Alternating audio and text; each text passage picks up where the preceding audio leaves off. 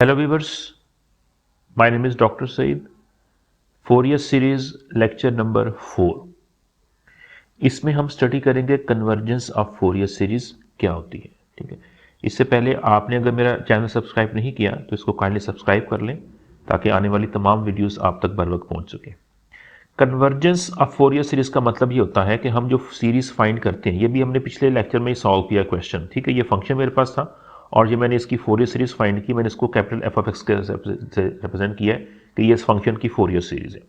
तो हम क्लेम ये कर रहे हैं कि ये इसको अप्रॉक्सीमेट करती है, यानी इसकी वैल्यू जो है, आप फंक्शन की वैल्यू फाइंड करने की जब आप इसकी वैल्यू फाइंड कर लें तो वो उसको अप्रॉक्सीमेट करेगी। हमारा क्लेम ये होता है। लेकिन अब हम देखना चाहते हैं कि हमारा क्लेम कहाँ तक ट्रू है। क्योंकि ये इन्फिनिट सीरीज है, याद रखिए इन्फिनिट सीरीज होती है, ये डाइवर्ज भी कर सकती है। डाइवर्ज का मतलब होता है कि वो समेबल ही ना हो।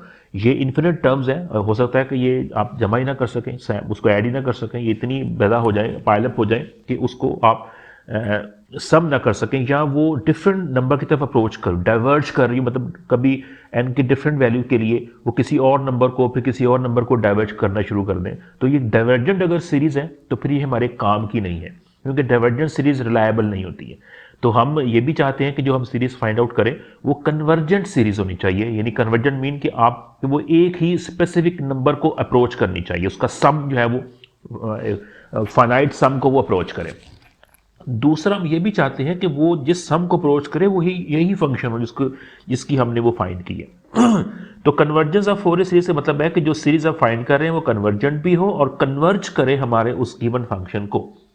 तो under what condition it happens, हम हर दफा चेक नहीं कर पाएंगे, हमें कंडीशन चाहिए। कंडीशन इसकी दो है जी।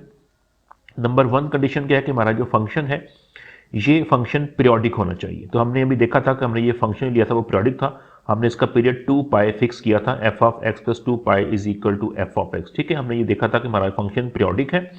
ये पहली condition, it should be periodic function, periodic function. ठीक है, और ये फंक्शन पीरियोडिक है। नंबर 2 है कि ये पीस वाइज कंटिन्यूस हो, piecewise continuous function with finite number of jump discontinuities। ठीक है, यानी कि पीस वाइज कंटिन्यूस हो और उसके अंदर अगर कोई डिसकंटिन्यूटीज अवेलेबल है तो वो फाइनाइट हो। ठीक है, और वो डिसकंटिन्यूटी की काफ़ी टाइप्स होती है। अगर आपने कैलकुलस पढ़ी हुई है तो डिसकंटिन्यूस मीन के फंक्शन उस पॉइंट पे कंटिन्यूस नहीं है, उसकी लिमिटिंग वैल्यू एक्स वैल्यू के बराबर नहीं है। और उसके डिफरेंट केसेस होते हैं। जंप डिसकंटिन्यूटी वो होती है कि उसकी लेफ्ट हैंड लिमिट और राइट हैंड लिमिट दोनों के दोनों एग्जिस्ट तो करे लेकिन वो सेम ना हो।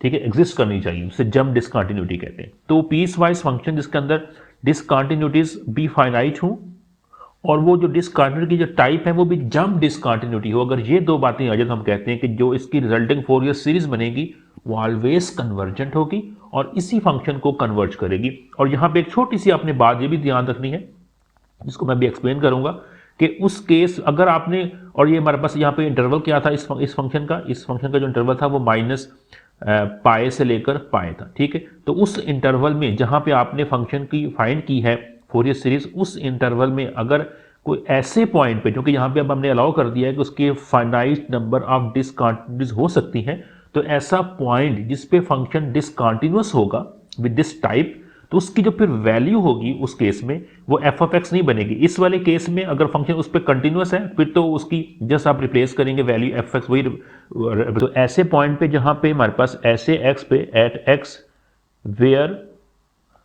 Where f of x is continuous, जहां पे वो कंटिन्यूअस है, उस केस में जो एफ ऑफ एक्स है, जो फोरियर सीरीज है, ऑफ कोर्स वो उसको अप्रोक्सीमेट करेगी हमारे इस फंक्शन को, हर उस एक्स पे जहां पे हमारा फंक्शन कंटिन्यूअस है। लेकिन अगर कोई पॉइंट ऐसा है at x is equal to x naught, ठीक है, where our function f of x is not continuous और डिसकंटिन्यूअस। ठीक है, डिसकंटिन्यूअस है और वो भी डिसकंटिन्यूटी क्या है कि वो जंप डिसकंटिन्यूटी हो, उसकी लेफ्ट और राइट लिमिट एग्जिस्ट तो करे बेशक वो सेम ना हो।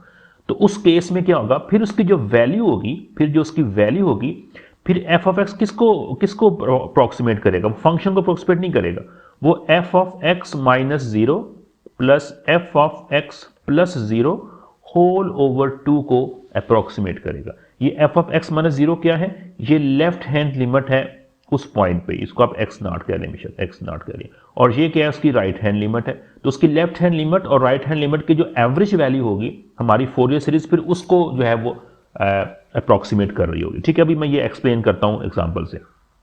देखिए आप इस फंक्शन को देख लीजिए, ये मैंने अभी सॉल्व किया है। ठीक है, ये आप फंक्शन है, उसका ये फार्मूला है, ये उसका ग्राफ है और ये उसकी सीरीज है। ठीक है, फंक्शन पीरियोडिक है और ये उसका इंटरवल दिया गया। अब देखें ये जो सीरीज है ये इस फंक्शन को अप्रोच करती है, लेकिन इस इंटरवल के अंदर x माइनस पाई से लेकर पाई तक एटलीस्ट मुझे एक पॉइंट ऐसा मिल चुका है जीरो जिस पे फंक्शन कंटिन्यूअस नहीं है। आप ग्राफ देखें, आप उसकी लेफ्ट हैंड लिमिट फाइंड करेंगे, ग्राफ से लेफ्ट पे आएंगे, you will reach at zero. अगर आप राइट हैंड पे आएंगे तो आप पहुंचेंगे वन पे। इसका हुआ कि इस फंक्शन की जो लेफ्ट हैंड लिमिट है, इसकी जो लेफ्ट हैंड लिमिट है वो जीरो है और जो राइट हैंड लिमिट है वो वन है।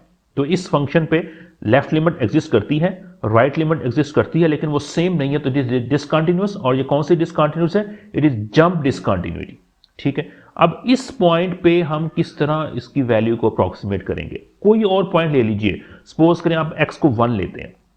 अगर x की वैल्यू मेरे पास 1 है, आप ग्राफ देखिए 1 कहां पे आएगा, ये 1 है, इस पे ग्राफ की कितनी हाइट बन रही है, 1 बन रही है। इसका मतलब हुआ कि इसका जो आंसर है वो 1 है, यानी F of x, F of जो 1 होगा यहाँ पे वो 1 करेगा। आप यहाँ पे भी देख सकते हैं यहाँ पे कि चूंकि x 1 कहाँ लाई कर रहा है, इस वाले टर्म को लाई कर रहा है, तो उसकी जो वैल्यू बनेगी वो 1 है। इसका मतलब हुआ कि हमारा जो ग्राफ है, फंक्शन है, उसकी 1 पे जो वैल्यू आ रही है वो 1 है। अब चेक करें क्या सीरीज हमें ऐसा दे रही है, ये उसकी जो सीरीज दी गई है क्या ये वही प्रोड्यूस कर रही है, ये जो सीरीज है क्या ये भी x 1 पे इसकी वैल्यू अप्रोच कर रही है। चेक कीजिए, x को 1 प्लग कीजिए तो f ऑफ जो 1 आएगा यहाँ प्लग करेंगे 1/2 2 ओवर पाई समीशन n 1 से इन्फिनिटी, x को आप 1 प्लग कर दें तो ये 2n-1 इंटू 1 ओवर में 2n-1, ये इसकी वैल्यू आएगी। अब आपको यूज करना पड़ेगा कैलकुलेटर, बिकॉज ये समीशन है। अब कैलकुलेटर लेकर आप इसकी वैल्यू को अप्रॉक्सीमेट कर सकते हैं और देख सकते हैं कि इसका आंसर क्या आएगा। Let's check it out. हाँ जी, ये मैपल है, मैपल में अब इसको ड्रॉ करते हैं। हमारा ये फंक्शन था वो 1/2 प्लस 2 ओवर पाई था और फिर उसके बाद समीशन, ठीक है, n स्टार्टिंग 1 टू इन्फिनिटी। ठीक है, अब हम चूंकि कैलकुलेट करेंगे तो हम इसकी वैल्यू कोई फाइनाइट ले लेंगे। लेट्स टेक 10 वैल्यूज और यहाँ पे फंक्शन क्या था मेरे पास, ये था sign of 2n-1 times x था। ठीक है, अब x को मैंने क्या कर दिया है, 1 ले लिया है, तो इसको 1 कर देता हूं, जो कि ये 1 पे मैं इसको अप्रॉक्सीमेट करना चाह रहा हूं। और यहां पे जो है नीचे भी 2n-1 इंटू 1 आएगा। अब इसको हम कैलकुलेट करते हैं। अच्छा, ये इसका जो आंसर है वो तो उसने सीरीज को एक्सपेंड कर दिया है, हम चाहिए इसका न्यूमेरिकल आंसर। इसको अप्रॉक्सीमेट करते हैं अप टू 10 डिजिट्स। देख इसका आंसर 0.99 देखें आ गया, यानी कि फंक्शन की जो वैल्यू है, जो फंक्शन की वैल्यू है जो ग्राफ से आई है वो एफ ऑफ एक्स कितनी आई है, f of 1 is equal to 1 आई है और इस सीरीज ने भी हमें 1 के करीब आंसर दे दिया है। ठीक है, ये 10 टर्म्स हैं, आप इसको रिफाइन कर सकते हैं, टर्म बढ़ाकर 25 टर्म कर लें और 25 टर्म पे देखिए ये और बेहतर होगी, 0.99 होगी। इस तरह, क्योंकि पहले मैंने ये बताया था कि ये 100 टर्म पे जाकर बेहतर उसकी अप्रॉक्सीमेट करती थी, ये वही सीरीज है। तो देखेंगे 100 जब करेंगे तो इसका चेक करें, आंसर जो दिया हुआ है वो 0.99, यानी कि it is no better close to 1। तो ये अप्रॉक्सीमेट कर रही है उसकी वैल्यू को जब ये 1 पे है। अच्छा, ये तो हो गया हमारे पास आंसर, क्योंकि 1 वो पॉइंट था जहां पे हमारा जो फंक्शन था वो कंटिन्यूअस था। कंटिन्यूअस फंक्शन है, कंटिन्यूस अगर फंक्शन है फिर तो इसका वही आंसर आएगा जो फंक्शन का आंसर आएगा। लेकिन अगर वो पॉइंट है जो कि यहाँ पे 0 है, जहाँ पे फंक्शन डिसकंटिन्यूअस है, इस पे क्या आंसर आएगा, लेट्स चेक इट। अब मैं यहीं पे क्या करता हूँ कि x की वैल्यू 0 कर देता हूँ। जब x 0 करूंगा, देखिए ये यहाँ पे क्या आ जाएगा, 0 आ जाएगा। जब ये 0 आएगा, इसको अप्रॉक्सीमेट करें, इसका आंसर जस्ट हाफ आएगा, क्योंकि वो पूरी सीरीज खत्म हो जानी, 0 आ गया, पूरी टर्म खत्म हो गई, बस 0 बराबर 1/2 इसका आंसर आ गया, 1 हाफ आ गया। अब चेक करें, अब 0 पे हमारे पास इधर क्या आंसर है, फंक्शन का 0 पे क्या आंसर है, फंक्शन पे 0 पे तो अनडिफाइंड है।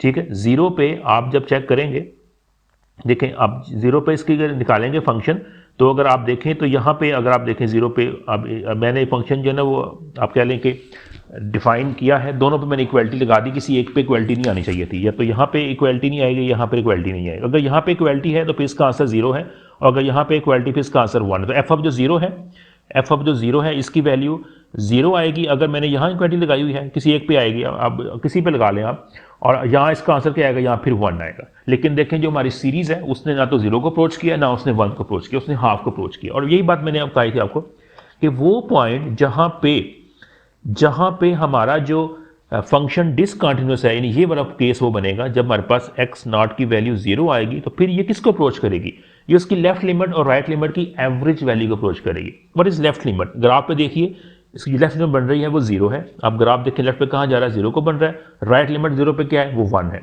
इसका दुआ कि इसकी जो लेफ्ट हैंड लिमिट है उसको मैं अगर F of x not minus 0 कर दूं, ये 0 है, और F of x not plus 0 कर दूं, राइट हैंड मेरे पास 1 है। इसकी निकाली एवरेज वैल्यू, तो 0 प्लस 1 ओवर में 2, तो देखिए 1/2 आ गई। और यही वो नंबर है जिसको मेरी सीरीज अप्रोच कर रही है। इसका मतलब हुआ कि वो पॉइंट जहां पे मेरा फंक्शन जो है, जो गिवन फंक्शन है, जिस पॉइंट पे डिसकंटिन्यूअस है, जब डिसकंटिन्यूअस है वहां पे हमारी जो फोरियर सीरीज है वो एग्जैक्ट वैल्यू को अप्रोच नहीं करेगी, बल्कि वो उसकी लेफ्ट हैंड लिमिट और राइट हैंड लिमिट की जो एवरेज वैल्यू है वो उस एवरेज वैल्यू को अप्रोच करेगी। तो ये आपको ख्याल होना चाहिए जब भी आप अप्रोक्सीमेट करें किसी गिवन फंक्शन को, तो आपको पता होना चाहिए कि हमारा फंक्शन कहाँ कहाँ पे डिसकंटिन्यूअस है, और उस पॉइंट पे हमारा जो फोरियर सीरीज है वो हमें कहाँ पे लेके जाएगा। ठीक है, तो ये इसका क्राइटेरिया है, convergence criteria Fourier series.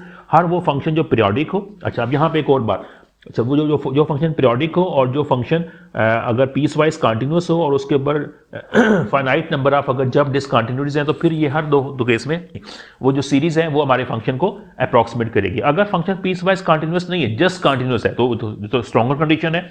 Of course उसमें कोई डिसकंटिन्यूटी, इस केस में भी वो हमारे पास फंक्शन को जरूर वो कन्वर्ज करेगी।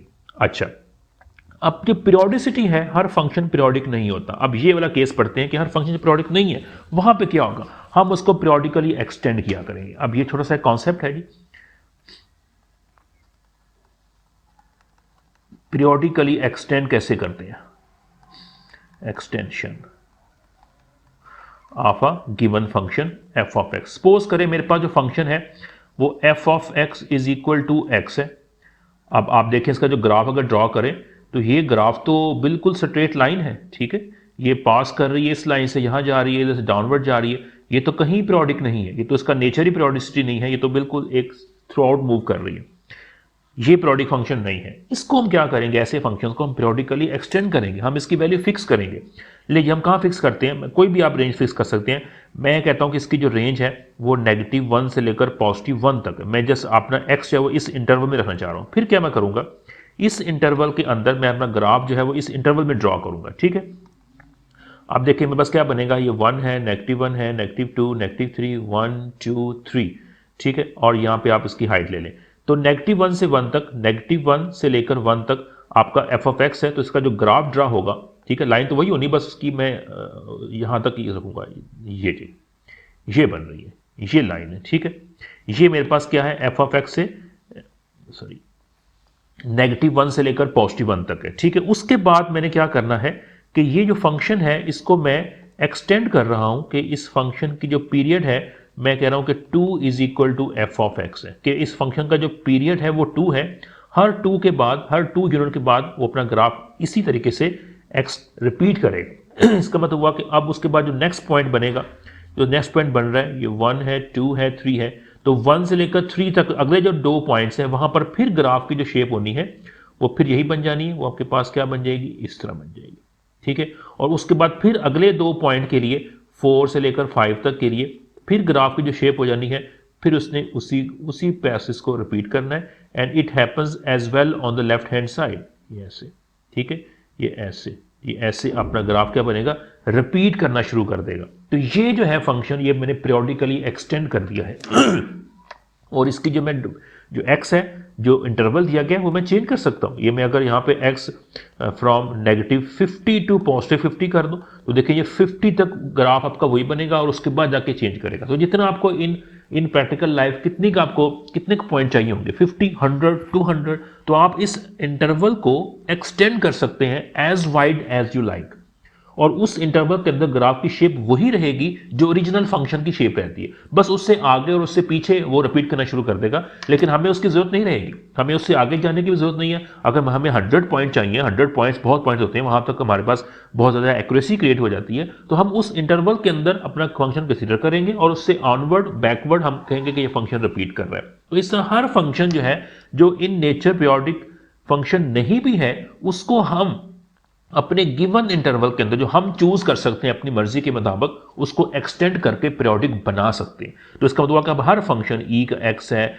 नेचुरल लॉग एक्स है, ठीक है, साइन हाइपरबोलिक एक्स है, हर वो फंक्शन जो पीरियोडिक नहीं भी है, हम उनको पीरियोडिकली एक्सटेंड करके गिवन पीरियड अपना बनाकर उसकी भी फोरियर सीरीज फाइंड कर सकते हैं। तो इसका मतलब कि ईच एंड एवरी फंक्शन जो है वो हमारे पास की एग्जिस्ट करेगी फोरियर सीरीज, लेकिन कंडीशन वो दो है कि वो जो मैंने शुरू बताई थी कि वो अगर वो पीस वाइज कंटिन्यूस है तो उसके अंदर फाइनाइट नंबर ऑफ डिसकंटिन्यूस, वो जंप वाली। कौन सा ऐसा फंक्शन है जिसमें ये वाली बात नहीं है? देखिए हम एक फंक्शन पढ़ लेते हैं जिसमें ये वाली बात नहीं आएगी। Let's f of x is equal to tangent of x. Tangent of x के बारे में आप जानते हैं कि ये π/2 पे डिफाइन नहीं है। इसका ग्राफ अगर ड्रॉ करें ना तो क्या होगा, ये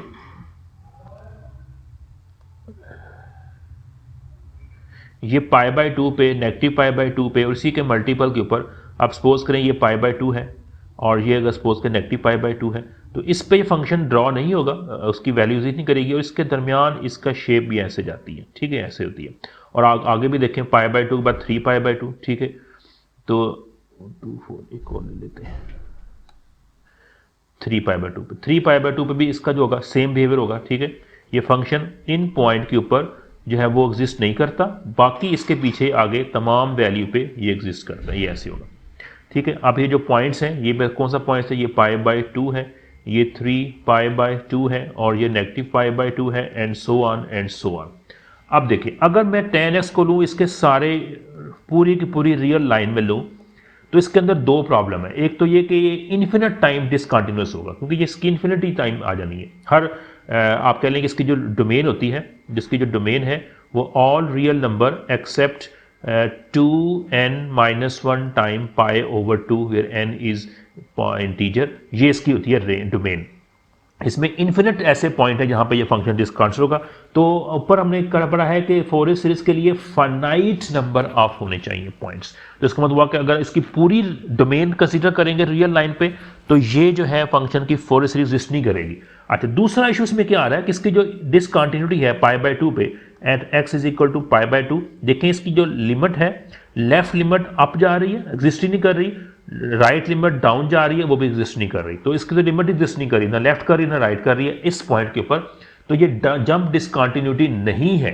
इसका मतलब हुआ कि ये इसकी जो डिसकंटिन्यूटी टाइप है वो भी ऐसी है जो हमारे अलाउ नहीं है। अगर आप इसका इंटरवल छोटा भी करेंगे, नेगेटिव π/2 से लेकर पॉजिटिव π/2 भी कर लें आप, तो इधर भी इसकी फोरियर सीरीज एग्जिस्ट नहीं करने वाली, बिकॉज इसके जो एंड पॉइंट है जहां फंक्शन डिसकंटिन्यूस है उसकी डिसकंटिन्यूटी जंप वाली डिसकंटिन्यूटी नहीं है। जंप डिसकंटिन्यूटी में क्या होता है कि फंक्शन की लिमिट, लेफ्ट लिमिट और राइट लिमिट दोनों एग्जिस्ट करनी चाहिए, चाहे वो बराबर ना हो, लेकिन यहाँ तो लिमिट एग्जिस्ट ही नहीं कर रही।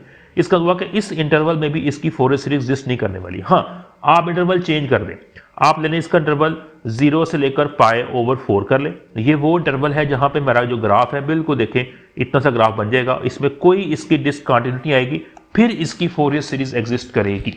तो आपको इंटरवल चेंज करना पड़ेगा, ऐसा इंटरवल लेना पड़ेगा जहां पे tan के जो है वो कोई डिसकंटिन्यूटी इन्वॉल्व ना हो, या कोई भी और फंक्शन है। आप अगर वो आपको लग रहा है कि उसकी डिसकंटिन्यूटी है वो जंप नहीं है, तो वो फिर पॉइंट उस नंबर से बाहर निकालने पड़ेंगे। और अगर आपको लगता है कि उसके infinite types number of jump discontinuity आ रही है, तो फिर भी आपको उस इंटरवल को शॉर्ट करना पड़ेगा ताकि दोनों कंडीशन के फाइनाइट नंबर ऑफ डिसकंटिन्यूटीज हो और दूसरी बात कि वो जंप वाली टाइप बने, तो फिर आप उसकी फोरियर सीरीज फाइंड कर सकते हैं। आई होप कि इसमें मैंने काफ़ी डिटेल से आपको जो कन्वर्जेंस क्राइटेरिया है कि under what conditions a Fourier series exist करेगी, कन्वर्ज करेगी, और मैंने उसको सारे केसेस आपको बता दिए हैं। अब हम आगे जो है हम एग्जाम्पल ही सॉल्व करेंगे, कौन कौन से फंक्शन, डिफरेंट टाइप फंक्शन लेंगे और उनकी हम फोरियर सीरीज फाइंड आउट किया करेंगे।